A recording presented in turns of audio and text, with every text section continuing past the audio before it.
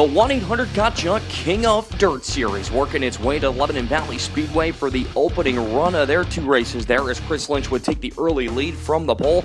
Jeff Watson working on series point leader Chad Edwards in the early going. He'd work his way to the inside lane looking to take the position up off of turn number 3 and 4. Just nothing that time, but then Watson working it 3 wide off the corner. Warren would pull away off the turn number 2, but Watson would sneak low and get by Chad Edwards for position going down the back straightaway. Caution will come out for the 03 of Harold Robitaille as that would bunch the field back up again and off the restart. This one got a little shaky going down the front stretch as John Virgilio right there. Michael Sabia gives a shot in the back bumper of the 22 of Watson coming down to the green flag as they work their way up through the corner, but then there would be trouble. Chris Kokosa involved, Nicky Ouellette involved down the front straightaway. David Schilling going to be involved as well. He was not happy. The driver of that 1-800-GOT-JUNK car number 20 machine, a tough break for him in his comeback from Lebanon Valley Speedway. Off of the restart, Watson would continue his charge toward the front of the field as he worked his way on the outside to get by John Virgilio for position, coming down the front straightaway as they'd work their way up into the east end. Meanwhile, more trouble as Milton Mann struggles going down the front straightaway. Mike Barrett involved, Nicky Ouellette involved as well, as that would bring the caution back out. Off the next restart, Jeff Watson would work his way to the inside and slide up in front of Chris Lynch to take the race lead away as Watson had gone to the front, working his way down the front straightaway. Lynch would make his move on the inside lane, looking to take advantage as well as they work their way up through the east end. But Lynch, trying to take control once again, would now have to feel pressure from Michael Sabia, who drives in a little bit deeper up off of turn number 4. But it would be Lynch taking the spot back for just a split second before Sabia would eventually get by for spot number 2 as the yellow would come out for Matt Burke. Sabia would get Lynch off on the restart as they work their way down the front straightaway once again as cars trying to push their way up through the field as now the 22 machine powers it up off of turn number 2. Jeff Watson would bring it off of the west end. He would take home the Battle of the Banks after a struggle in the first 2 races of 2017 on the King of Dirt Sportsman Tour. Second would be Michael Sabia, third Chris Lynch, fourth John Virgilio, and rounding out your top 5 would be the 96 of Rob Maxon. To the Orange County Fair Speedway we go, and oh baby, was it a start as Danny Cronk would lead the field to the green in the number 3 machine, looking for his first career win up on the outside of the front row. He would look to go to the front up through the corner as keep an eye on Hindley now going to the inside of Ferrier for position up off of turn number 2. He'd sneak that spot away early in the top 5 as they work their way down the backstretch. Trouble on the number 4 of Billy Van Imogen as he would have to go pit side, rolling it up into turn number 1 as Tommy Meyer having some trouble as well in that 33 in the third machine down on the front straightaway. A tough break for him. Danny Cronk still trying to push up toward the front as he would continue to keep it up off the restart on the inside lane. He would be your race leader as the green starting to rise to the top behind him as the heavy hitters are working. But as that happens, caution will come out. Tyler Jasenbowski and the 21 of it, Gary Edwards with trouble up in turn number 2, which would restack the field once again. Cronk would go back to the front. Look at this 4 wide down the back straightaway as Hindley looking for position, working it down the back stretch as they continue to push their way through. Chuck McKee right there as well on the inside lane, on the outside lane rather. But Hindley just smooth on the inside, looking to keep his spot as they work their way down the backstretch. This is all behind Danny Cronk, though, as he'd work his way up off of turn number 3 and 4, and he would take home the win down at the Orange County Fair Speedway. You can make that check payable to him as he picks up win number 1 in his career. Oh, yeah. This is just unbelievable to me right now. I used to come here as a kid, watch my father and stuff like that, and I never thought that I would be sitting here at a big block modified in victory lane. Second will be Jimmy Horton. Tim Hindley would finish in third. Tyler McKee fourth, not Chuck McKee. I apologize. And Donnie Wilson would round out the top 5. Pro Stock action at Lebanon Valley. The 08 machine of Todd Hoffman going up and over down the front stretch. This is in heat race action. He would be okay, but a tough tumble for the 08 machine down the front straightaway. We move to feature racing action, and what a battle this one was, and what a crazy one this one was in the early going, as the field would work its way up into turn number 1 and 2. Down to 4 wide down the backstretch. Contact sends Stephen LaRochelle up into the wall. Jay Corbin nowhere to go. Chuck Towsley gets tagged up in turn number 2. A couple of cars spin right behind him as well, as that would bring yellow out onto the speedway for the first of many times in this event. Off of the restart, cars would work their way up through turn number 1 and 2 as Tommy Dean would look to keep it up on the high side, but he'd go around collecting a number of cars. Rob Yetman nowhere to go. Ricky Duzlak involved as well. Corbin also going to sneak his back bumper into the shot on that one as the Yetman would battle back as you see him going by Joe LaFlamme up on the outside lane now as they work their way up off the corner. Meanwhile, John Ruthier with the race lead in front. Jason Meltz in the number 2 spot as these two looking to battle down the back straightaway, trying to fight for position. But Ruthier very strong in this one. 3 wide down the back straightaway. Yetman, Corbin, and Ricky Duzlak, 3 veterans of the sport, working their way through the west end of the speedway up off of turn number 4 as they power down the front stretch. Corbin very fast, making some contact with the 7 of Yetman coming down the front straightaway, almost pushing him down into the inside of the front stretch. Yetman still trying to hold on that inside lane just above the berm as they go off at turn number 2, but as 3 wide battle would continue, Duzlak would eventually take control of it, but Corbin and Yetman trading paint like old school NASCAR drivers up through turn number 1 and 2, and this was a battle that was definitely something to watch on the home stretch, but Yetman would eventually clear the 8 machine of Corbin, working it through 3 and 4, and, well, Jay Corbin says, yeah, I'm going to get you in the quarter panel, Rob. Unfortunately, that didn't work. The 315 of John Ruthier would bring it up of the corner, and he would take the checkered flag in this one, as it would be Ruthier picking up the win. To the $5,000 to win modified feature event at the high banks of the Valley of Speed. Kyle Sheldon going to take the early race lead up off of turn number 2 in that 42 machine as Mike King and Brett Hearn come together up off of turn number 2. That allows Tremont to get by. Yellow will come out, though, as the 16 machine of Kyle Hoffman would have trouble. Ken McGuire nowhere to go up in turn number 3 and 4, so that would bring Yellow out onto the speedway. Off of the restart, Sheldon would assume command, but before we get there, the 115 of Tremont having trouble on the pit road as it would be a tough break for the number 115 machine. As I mentioned before, Sheldon would retake the lead, but take a look at this look by Paul Gilardi up on the outside. Keith Flack right there as well as they try to split Chet Jessio for position. As Tremont would pull it in, he would be done for the night as they work their way down the back straightaway. Flack trying to push his way to the inside, and Flack was the car on the move in this entire event as he would move past Paul Gilardi up off at turn number 2. That 43 machine was on rails, but running out of time very quickly to try to run down that 42 machine of Kyle Sheldon. Chad Jezio and Brett Hearn working together, but it's going to be the 20 machine of Hearn on the outside lane taking the spot away here. And oh, by the way, we're still in the first 10 laps of this race. Keith Flack will continue to pick them off one by one as he would get by Brian Berger for position down the back straightaway in that Flack Company's car number 43 machine. Berg's trying to run it back up on the outside lane, but the 43 would keep it knocked down to the low side as Keith Flack running a great race here to move into spot number 3 as the caution will come out next for the 42 of Matt Papello.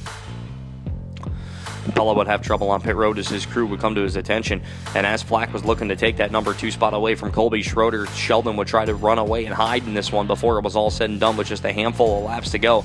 Brett Hearn lurking in spot number 5. He would work his way past Berger for spot number 4 down the back straightaway and take that position away. Keep an eye on Flack trying to get by Schroeder. Schroeder's doing a great job blocking his line on the inside, but now here comes the 43 of Flack. He's going to dive bomb to the low side, looking to take that runner-up position away as they dive down the front straightaway. They're wheel-to-wheel coming to the flag with just a couple to go. As they work their way up off the corner, though, here comes the 43 of Flack trying to nail it down to the inside lane as he tries to work it down off of turn number 2. He would take the number 2 spot away and nose out ahead of Schroeder. Schroeder, a great run, however, holding on for the number 3 spot in this event, but Flack too strong, but not strong enough to get by Kyle Sheldon as Sheldon picks up the $5,000 prize on the Valley of Speed. You know, we started on the pole tonight. I was not very confident going in because we've just been kind of behind the 8 ball all year, really. And to be able to start on the pole, drag race Colby Schroeder, and then I never saw him again.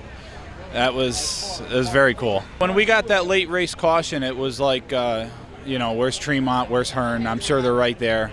So it's just try and race as hard as you can, but just stay cool, stay calm. I guess that's what we did because we were able to pull it off. Flack would have to settle for second. Colby Schroeder would finish in third. Brett Hearn fourth, and a Brian Berger would round out your top 5. Back to the Orange County Fair Speedway we go for some street stock action in this one as Emerson Karkin Sr. going to take the early race lead, working his way down the front straightaway up into turn number 1 and 2. Caution would come out on the speedway as Pete Wiegand would have some trouble on the inside of turn number 4 as that would set up Mike Vigiletti in the number 2 spot trying to run down Cargan in the closing stages. Jalopy Jet Charlie Donald going to get in there, and my favorite name, Tommy Pickles, up off of turn number 2, going to move into the number 4 spot off of the corner, but Charlie Donald, well, he got pickled up off of turn number 2 as Donald goes around as the Jalopy Jet went spinning on that one. Vigiletti trying to run down Cargan Sr. down off of turn number 2 as he's now got about a 3-car length advantage to try to make up down the back straightaway as Cargan running very strong down into turn number 3 and 4 here in these highlights brought to you by DMC Racing Products. Another yellow as Donald, the 011 of Chris Murphy, and it looks like Joel Mearns in there as well having trouble, but Now things are going to be interesting as Pickles with a shot at Vigiletti up off turn number 4, trying to take that number 2 spot away, but they weren't catching Emerson Cargan Sr. as you can make the check payable to him. And oh baby, what a win it was for the driver in the street stock division. To the Sportsman division now. 77 of Jimmy Johnson, not that Jimmy Johnson, would take the early race lead in this one here down on the hard clay as cars looking to work their way up through the field in the early going. Howie Finch working his way up through the field as well as he would move into the number 3 spot, but keep an eye on Joe Conklin here as he would look to make a move up off of turn number 2, trying to run down the 77 of Johnson, working his way down the back straightaway, just about 3 car lengths separate him. Conklin going to close in on that Interstate Batteries number 77 up through turn number 3 and 4 as they would power it down off of the corner. Here's the 77 machine, the aforementioned Howie Finch moving into spot number 3 now, trying to run him down the front straightaway. Cars working crazily. Jesse Levy getting a little out of control, and it was not good. Chad Jazembowski involved down on the front straightaway, and tough 3-car battle down in front, as unfortunately that would bring the caution back out onto the speedway once again as they would re-rack and stack the field one more time. Up off the restart, cars still trying to make their move down the back straightaway, as what a battle this was by about 6 cars down off the corner, but we go back to the front. Conklin right there, Finch in striking distance, but Jimmy Johnson looking to hold on down the back straightaway in that number 77 machine. He still got Conklin on the back bumper, working it down through turn number 3 and 4 as Conklin going to shoot up to the high side, looking to try to make it happen as they come off on turn number 4, but Jimmy Johnson still way out in front of this one, and that's where he'd stay as the 77 machine would go to the front and pick up the win on the hard clay. Conklin would finish in spot number 2, Howie Finch would finish in 3rd, Greg Slate would hold on for 4th, and Jesse Leiby would round out the top 5. Pure stock action now at the Lebanon Valley Speedway, as this was the first feature event, as cars going around a little bit up and through turn number 3 and 4, and oh yeah, even losing a wheel. That does tend to happen. Usually you need 4 of them though, or otherwise it ain't gonna work. As you can see, the left rear having some trouble. Meanwhile, we go back to the first feature event here, as you can see Brian Walsh looking to hold on to the race lead up off of turn number 2. Sean Perez going to get ahead of steam down the back straightaway. He would take the lead away, and Scott Morris going to join him, working his way underneath Walsh for the number 2 spot down the back stretch as they work their way into the west end, but they weren't catching Sean Perez as he would pick up the win in the first Pure Stock feature event.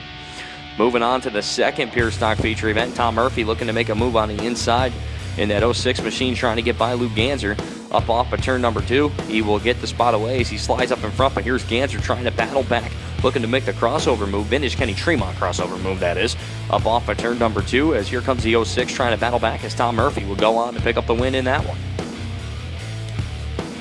Moving on to the third Pure Stock feature event, Jeff Krutzinger out in the front of this one as they work their way up off the corner. Zach Singerline having a little bit of trouble. Don Venue in there as well as they work their way down the back straightaway for position. Meanwhile, up toward the front, Jeff Meltz trying to hold on to this one, but Johnny Devine getting a little push going around in turn number 2 as that would stop a 3-car wreck for a caution up off the corner.